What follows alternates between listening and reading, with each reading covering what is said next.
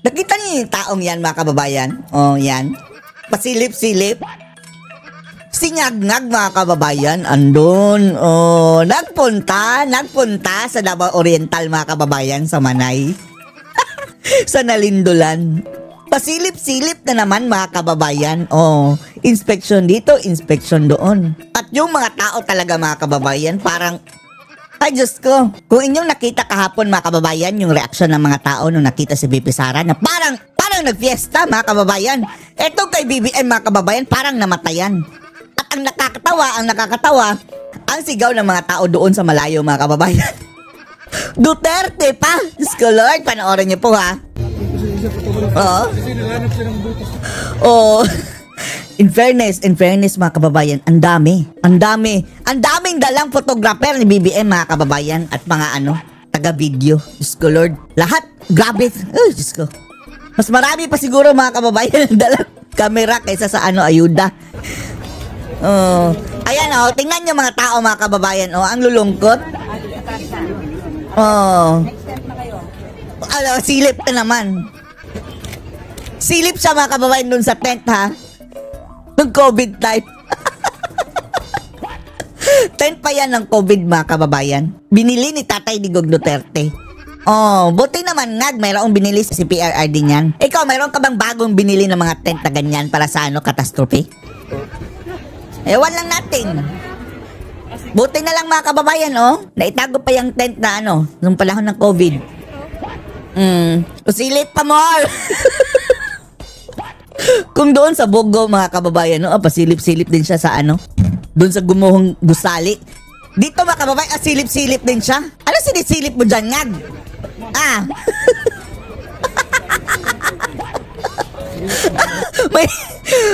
Baka may nagbihis dyan, ngag ha. Sinisilip mo.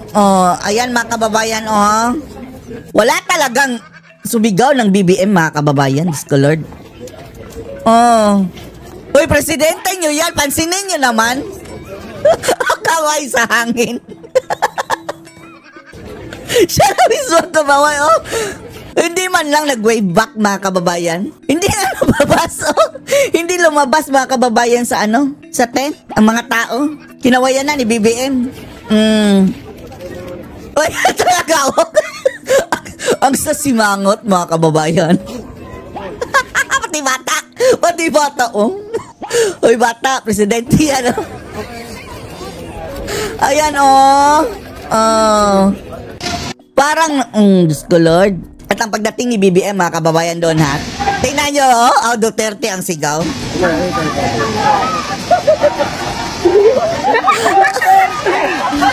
Pinagtawanan ng mga bata, mga kababayan, at mga tao.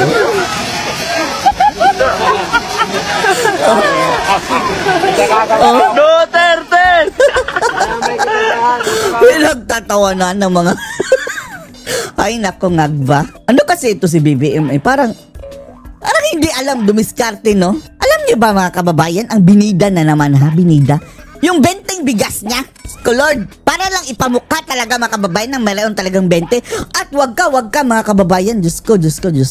Ito pa ang pinaka nakakakilabot, Nagpagawa talaga, mga kababayan, ng malaking billboard sa kanyang 20 bigas sa Davao Region, mga kababayan. Diyos ko, Lord! After ng malakas sa lindol, mga kababayan, inanunsyo. Mabibili nyo na ang pasalamat. Pasalamat sa lindol ang taga Davao Region para mabigyan ng 20 bigas. Diyos ko po. Billboard. 20 bigas meron na. Natupad na daw ang kanyang pangarap, mga kababayan. Na 20 na bigas. Ngayon, mga kababayan, etong Manay, mga kababayan, ha, malayo na ito sa Davao City, ha. Actually, parang boundary na yan, mga kababayan, sa susunod na yan, Surigao na siguro, o Agusan. Pero hindi yan parte ng Davao City, ha. Manay Oriental.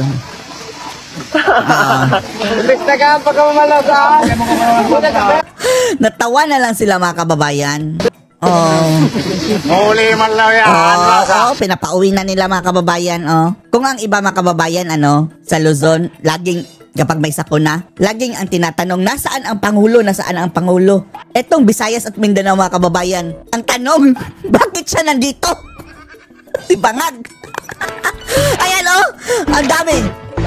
Ito sinasabi natin mga kababayan, ang daming camera. Yan lahat. Crew yan ng mga camera mga kababayan. Plus editor, di ba? Camera, editor, plus social media group mga kababayan para pang propaganda.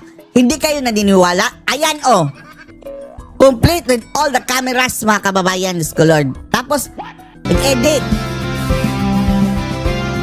Pang-edit mga kababayan sa kanilang mga, di umano yung mga mga pagbisita sa Davao Oriental na walang natuwa mga kababayan, Diyos ko Lord. Ayan si BBM mga kababayan, nag-briefing. Ang dami mong so basa.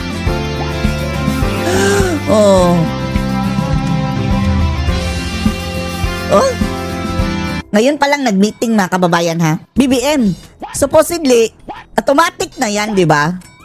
Bago ka palang dumating dyan, actually, bago pa lang ang tumama ang sakuna mga kababayan, nag-meeting na sila and then, andyan na lahat ng tulong. Action na lang. Ngayon pa lang nag-briefing. Sige, forward na natin ha. Wala hindi sinabi dyan ang mga pinag-usapan mga kababayan. Ayan ang kanyang mga ito mga kababayan naglibot-libot siya mga kababayan. Tuting ka, ang mga tao dyan mga kababayan, yan pa ang mga beneficiary ng mga ayuda talaga. Inspection na naman, singag ba mga kababayan? Hindi pa ba dito makikita natin mga kababayan mga paaralan. Ang mga paaralan mga kababayan ang unang-unang na nagsisibagsakan dahil malamang sa malamang DPWH ang mga gawa. Siyempre, paaralan public mga kababayan, DPWH. Malamang substandard naman yan mga kababayan. BBM, DPWH. May pa-angle-angle talaga ang kanyang mga mga kababayan, mga camera. May camera angle pa para talaga sa mga kababayan, pelikula. Anong masasabi mo nga? Ayan isuot mo yung mo. Hard hat mo. Confident ka na ba sa matigas mong ulo? Isuot mo yan.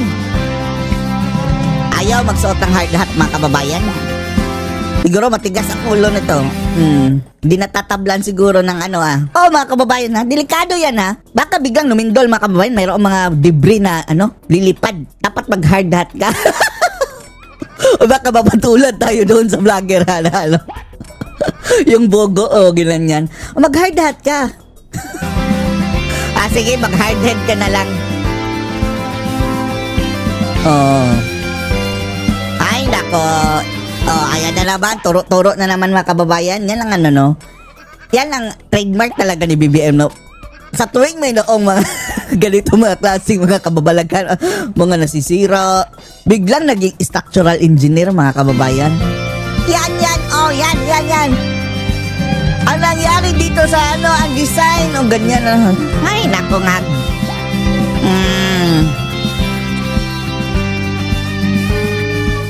Mga munisipyo mga kababayan, huwag niyo sabihin nagbenta yung benteng bigas dyan. Ayan tingnan niyo mga kababayan ang itsura. Yun talagang una sa likod mga kababayan. Parang kung makatingin akala mo yung nakikita ng kriminal. Ayan na siya lang ang nakangiti mga kababayan. BBM lang. Sige, dyan ka sa mga bata. Wala pang alam yung mga bata. Ang init mga kababayan ng pag-welcome Lord. Ngag. Ang nangyayari po ngayon, diversionary tactic. Diversionary tactic, di ba? Tama si Chubby. blaming everybody except the president. Oh, dito na lang May tayo. testigo na sa mga Tama ng kabangagan mga kababayan. Una. Dito na. Oh. speaker, may testigo na. Sinisira nila ngayon testigo. Sinisiraan ng testigo ang sabi mga kababayan. Naapeke ang notaryo. File a case now kung totoo na wala silang pakialam. Ako, hiningi ko lang, to be a leader, transparency, accountability, honesty, Ay nako, lahat ng yun mga kababayan, wala ngayon sa administrasyong Marcos mga kababayan. Walang transparency, walang honesty. Diyos ko, credibility, wala Ano naman din. din siya, unahin ng Ilocos Norte, then our province, Ilocos Sur.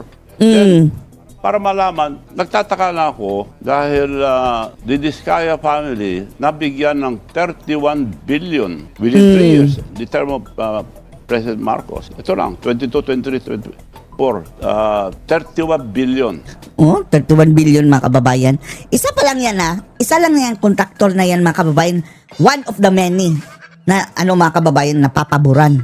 Sigurado tayo marami pa yan. Ay Diyos ko. And then yung mga gawa nila mga kababayan, 100% tayo na mga palyado yan. At sa Ilocos Norte, meron silang 38 project. So, para ipakita na malinis sila, Ilocos Norte muna.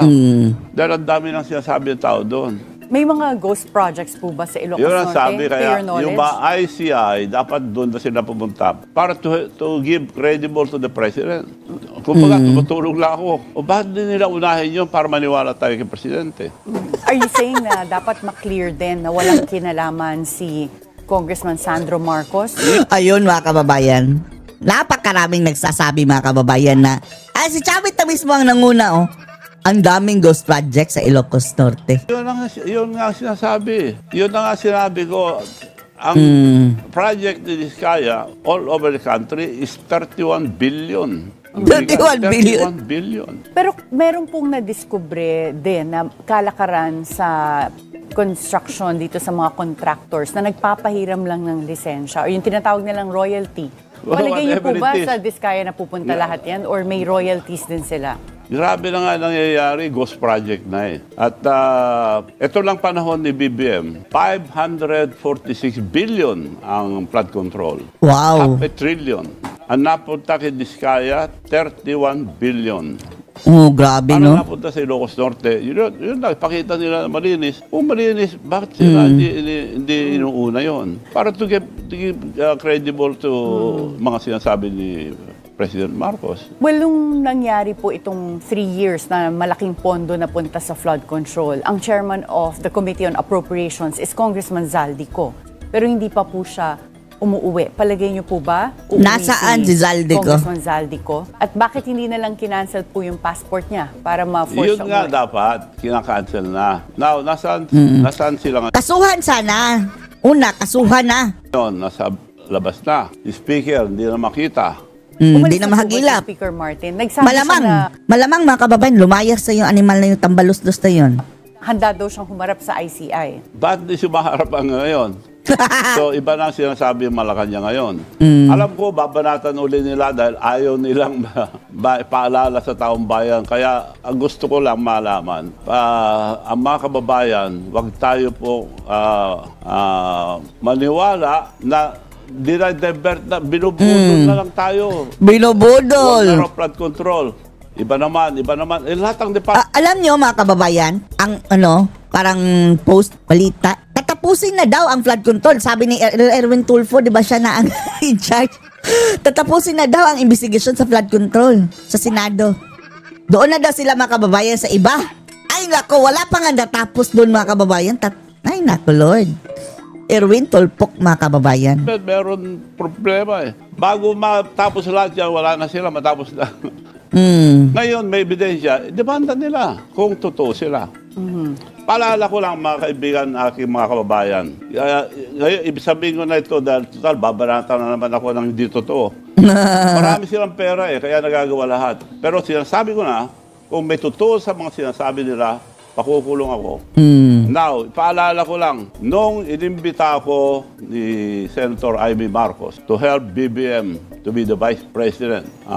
Meron akong plano kung gusto niyo, tawagin niyo lahat ng leaders. And you can ask Senator Amy. I will invite them, Manong, but I will use your name because you're the President of the Mayor's League. Okay, ako. Tinawag, dumating naman lahat. Oh, thank you for coming. But, Thank you for to have coming. BBM to be the Vice President for his election for Vice President. Yan mga kababayan, oh. Sila na mismo nag-offer, no? Ay, kahit Vice President lang si BBM.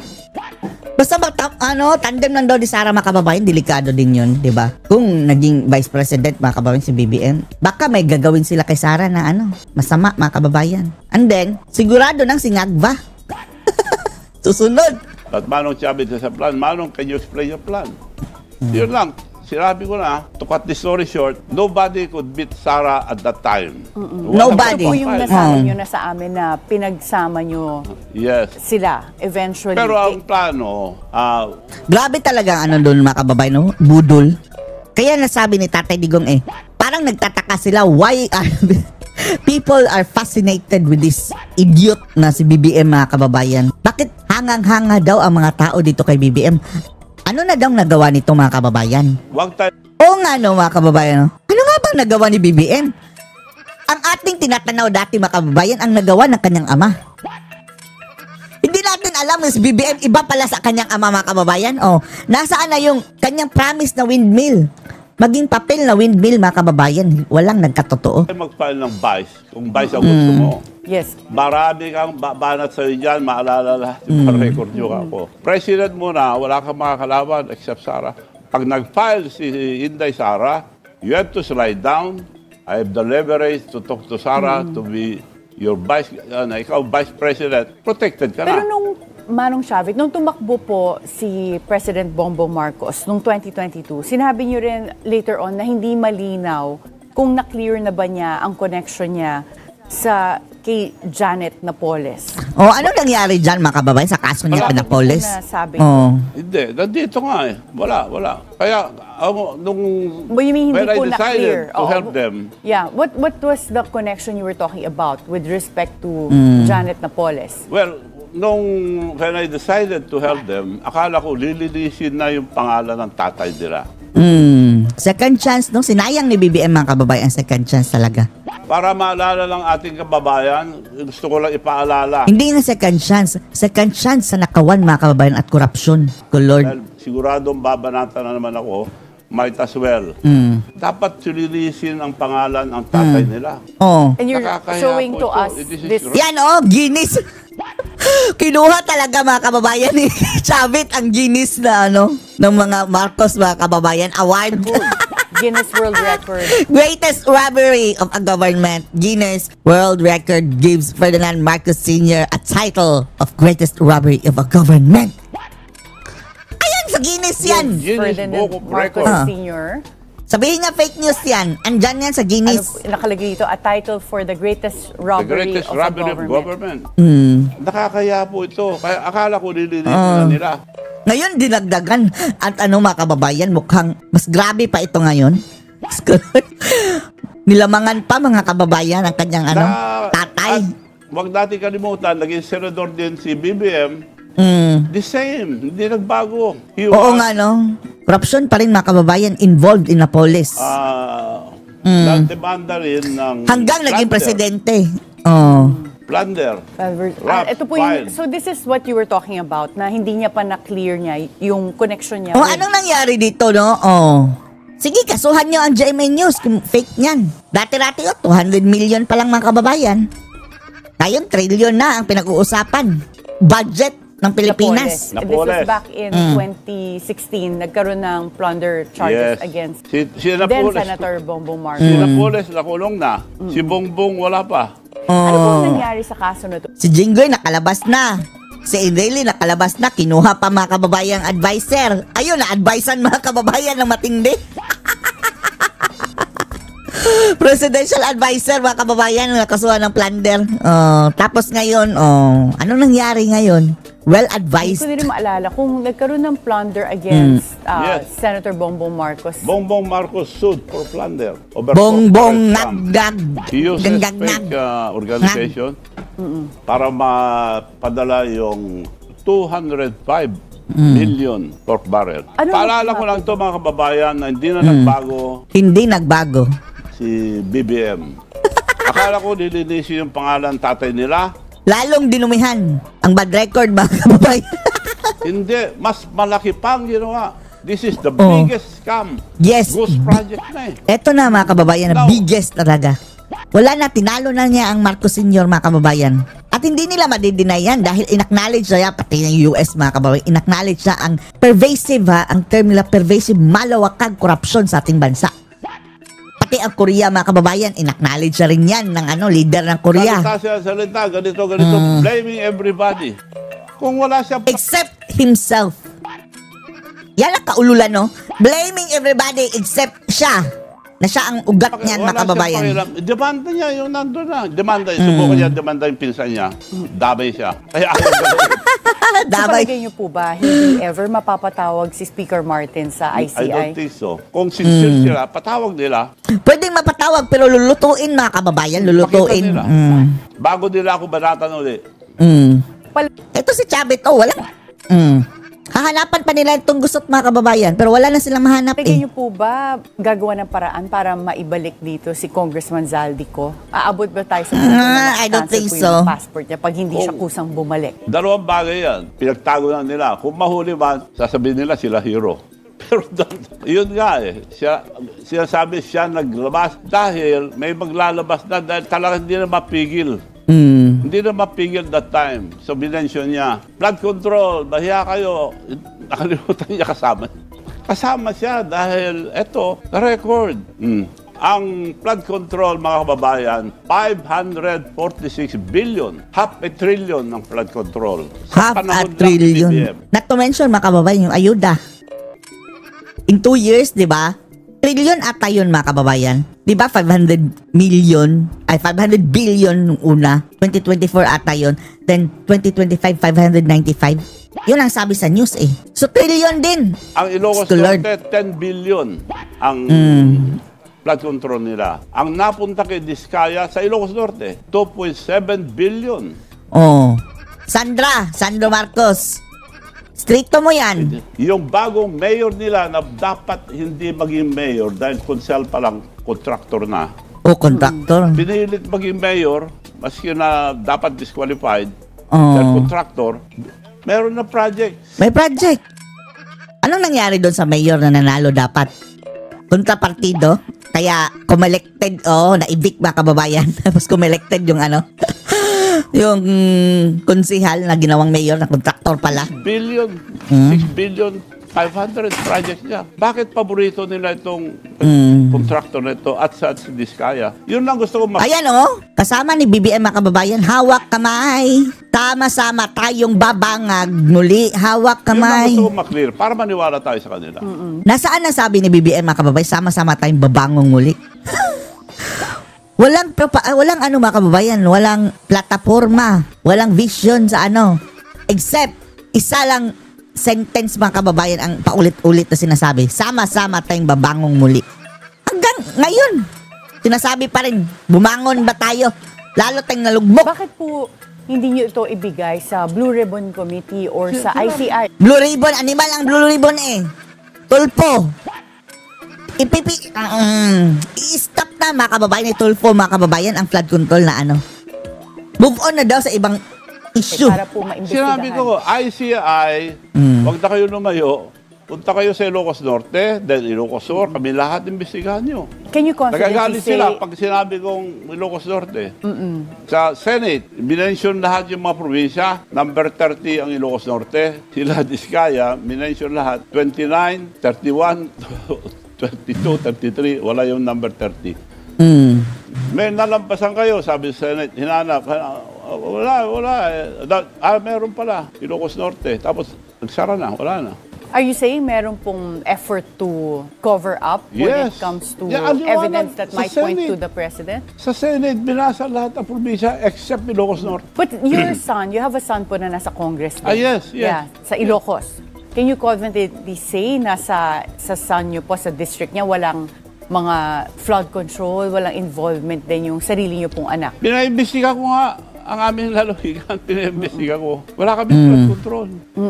Okay. Maski hindi flood control, imbestigahin nila. We are transparent. Wala kami tinatago. So sa 24 senators po ngayon, sino-sino po sa tingin ninyo ang may kinalaman sa mga flood control and infrastructure corruption? Yun nga ang nangyayari ngayon.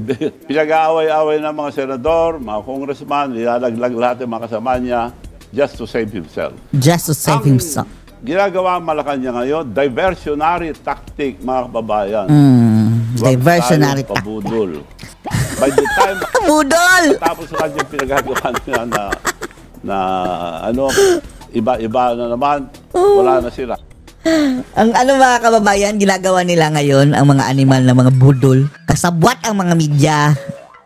Kasalanan din ng mga media mga kababayan dahil magbayaran yung ilan para paglabas ng mga faking balita mga kababayan, yung mga survey. Yan na lang ang kanilang mga kaibigan mga kababayan. Pero ordinaryong Pilipino, wala lang nagpapabudol. Pati na nga mga fans club ni Bangag mga kababayan, yung saan siya magpupunta, mayroong ganyan-ganyan sa kanya na nagkumpulan lang mga kababayan, parang prepared and scripted. Yan, malamang sa malamang peke din yan. Tatakbo na lang. Paano tayo, may testigo na demanda nila. Nandiyan na Demanda. So, meron na po mga recommendation on cases to be filed. So this would be up to the ombudsman. And ngayon po, kaka-appoint lang ni former DOJ Secretary Boying Remulla as the new ombudsman. Naniniwala Ay, nako, buyinging animal. Magkakaroon ng mga kaso na padating. Kasi bago siya umupo, sinabi na niya, umunahin niya si Duterte. Sabi niya, sisilipin natin. Sabi ni Sara, wag mo na silipin, tingnan mo na. Sinabi po animal ka. Naunahin niya si Duterte. Babalikan niya ang mga... Sabi niya, titingnan natin, andyan na yan andyan na daw mga kababayan yung papeles. Uunahin natin sa Friday. Duterte. Ganyan. Actually, wala yung word na una. Pero sabi niya, titingnan natin sa Friday. Tingnan na sa Friday. Nauna. No need to say na uunahin. Yun ang unang agenda nila. So, linagay doon para sa mga... Para ma-debate na naman. Hindi mausay si Marcos, si Duterte masama. Yan. Mas masama na si Duterte. Ito lang term ni BBM. May nagsabi na si Speaker, nadala ang pera doon, nadala sa tabi ng Malacanang, huminto na. Huwag na muna. Huminto. Papalapit na sa Malacanang mga kababayan, sa Aguado. And then, ang sabi ni Roque mga kababayan, ayon sa kanyang intel, mayroon niyang secret na passage para Malacanang to Aguado. Huwag na lahat. Kung sincere sila para maniwala ang taong bayan, demanda nila. Si Saldico, demanda nila. Martin Romales, may testigo Hindi po ba kayo naniniwala na fa-filean sila ni Ombudsman Boying Remulla ng mga kaso? Like, pagpasok pa lang ni Boying mga kababayan, law bending na. Grabe ng pambebensya law. Ano maaasahan nating patas dyan sa animal na yan mga kababayan? Si Speaker at si Congressman Saldico? I dare them to do. Tanggal siya. Palagay nyo, tatanggalin po siya pag ginawa niya. Ang appointment niya is 7 years. Opo. Only a revolutionary government could remove them. Pero palagay nyo, hindi po ba magrereklamo ang mga tao pag walang na-file na politiko? Parang yun na ang sinisigaw ng mga tao ngayon. Ayaw na nila ng yung sinasabing maliliit na isda. Naghahanap na sila ng mga Dihulihin si BBM. politiko that will be accountable. Nandiyan na nga, sinabi na nga, si Speaker lahat, nagpunta na, may mga testigo na. Si Speaker, Saldico, ba't hindi nila demanda? Pinaalis muna. Pinalayas. Binibintangan ngayon. Ako, binibintangan ngayon na naman. Talino nila ako, sinasabi ko na, kung meron totoo, pakukulong ako. Ano po ba yung binibintang sa inyo ngayon? Ang dami. Gawa-gawa lang nila. Well, bilang kingmaker, kung sakali man, sino ang 3 tao na susuportahan nyo po sa 2028 elections? But before you answer this question, we'll have to take a short break. At the Forefront, we'll be right back. Bilang kingmaker, kung sakali man, sino po ang 3 taong susuportahan nyo sa 2028 elections? Wala akong nakikita. Ang ko... wag ka lang sumali, Chavit. Ka na lang maging tagapagbantay. Revolutionary government muna. But civilian, mamili tayo sa mga Supreme Court justices. Sila Okay lang. Kung sa Supreme Court Justices mamimili mga kababayan. Dahil ang plano nila mga kababayan kung hunta, yung panot na si Gibo mga kababayan ang ilalagay daw. Scholar. Another election. But wag tanggalin yung mga nakaupo. So ayaw niyo pong umabot sa punto na magpalit na lang ng administration through... Ay, may mas dali dyan mga kababayan. Constitutional.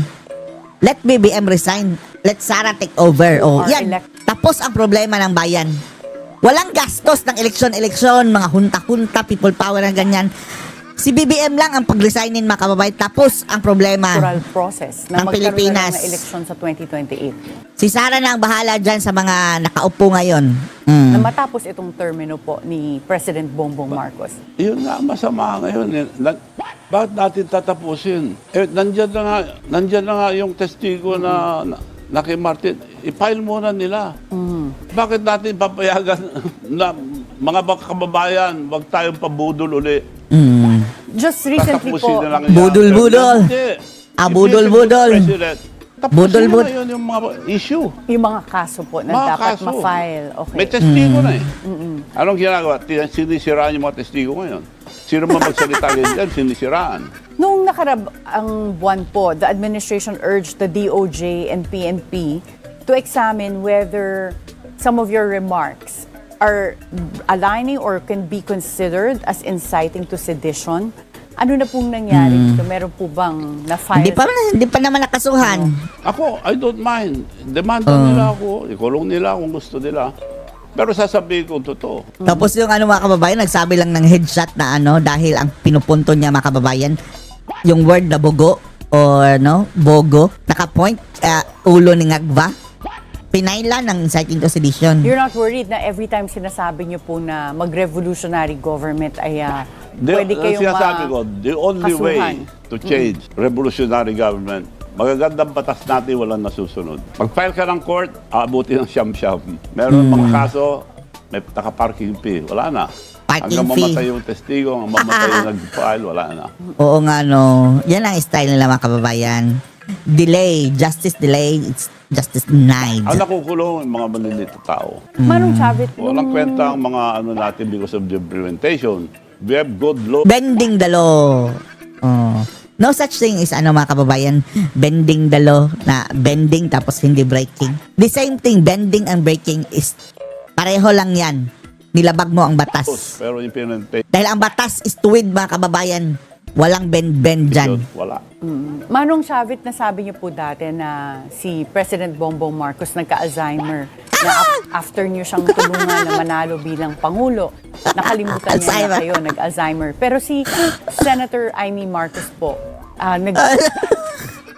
Mambubudol din mga pareho lang din sinabi sila. niya ito Lord. in a different interview at sinabi niya na siya, kinikilala niya yung tulong na naibigay niyo noong 2022. Wala na rin tayo dyan kay Amy. Gumawa na po Ay, ba si nako. Senator Amy ng kahit anong Puro salita mga kababayan. Anong nangyari ngayon? Wala lang naitulong mga kababayan. Anong naitulong niya kay PRRD? Wala. Pabida lang mga kababayan. And then, ngayon ang nangyari kay PRRD, wala man lang hindi man lang nabigyan ng interim release. para personal na makausap po kayo? Well, ang totoo niya, nag-uusap kami. Up to now. Recently lang. She cannot deny na siya nag-imbita sa akin to help BBM. Vice President lang gusto Yan ang tulay sa pambubudol mga kababayan Yan ang tulay. ni BBM. So, being the President of Mayor's League, I will invite them, but I'll use your name. You can ask her. So you're still in touch po ni Senator Amy? Okay Nag-uusap kayo? kami 3 days ago. 3 3 days ago. Yun, nagbalitaan lang. Ba't ganito na nangyayari sa ating bansa? Ewan ko ako. Tumulong lang ako. Ngayon, ako binibintangan. Oo nga. You can ask her. Yeah. Is there truly a rift between Senator Amy and President Bongbong Marcos? Kasi may mga iba, parang hindi makapaniwala. Wala Blood is thicker than water mga kababayan. Marcos pa rin yan. Ewan nga natin kababayan. Bakit? Ay nako. Si BP Inday din bakit pinagkakatiwalaan pa rin niya si Marcos? Pero puso yan si BP Inday Baka nakikipaglaro lang yan sa mga kababayan. Like the taste of your own medicine.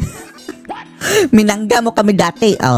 Kami naman ang magmamangga sa iyo. Keep your enemies closer. Kayo mag-alala mga kababayan. darating din ang mga karma ng mga iyan. wala na magkapatid Itong mga Marcos. and they're Yes. not, they don't seem to be aligned politically. So, totoo po ba na meron silang rift or hidwaan? Well, Wala kaming pake dyan.